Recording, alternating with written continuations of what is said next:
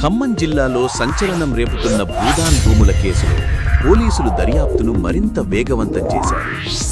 Velugumatla revenue ప్రాంతంలోని భూదాన్ ప్రభుత్వ భూములపై అక్రమ వ్యాపారాలు, ఆక్రమణలకు పాల్పడిన కేసులో మరో 4 కీలక నిందితులను సోమవారం అరెస్టు చేసి రిమాండ్కు తరలించినట్లు ఖమ్మం టౌన్ ఏసీపీ రమణమూర్తి తెలిపారు.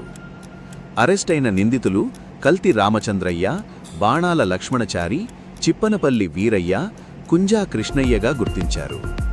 ఇప్పటికే ఈ కేసులో ప్రధాన నిందితులైన పోలెబోయిన ముత్తయ్య, బల్లి శ్రీనివాస్, కొప్పెర వెంకన్న, కొట్టే బసు, సంపన్ని వెంకటాచలంలను మెజిస్ట్రేట్ అనుమతితో పోలీస్ కస్టడీకి తీసుకుని విచారించిన అనంతరం తిరిగి జ్యుడిషియల్ రిమాండ్కు తరలించినట్లు ఏసీపీ వెల్లడించారు.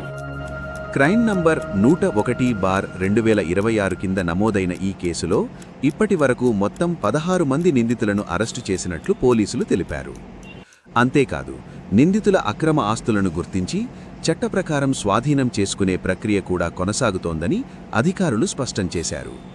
భూదాన్ ప్రభుత్వ భూములపై జరిగిన ఈ అక్రమాలపై దర్యాప్తు ముమ్మరంగా కొనసాగుతోందని ఖమ్మం టౌన్ ఏసీపీ రమణమూర్తి తెలిపారు. ఇంకా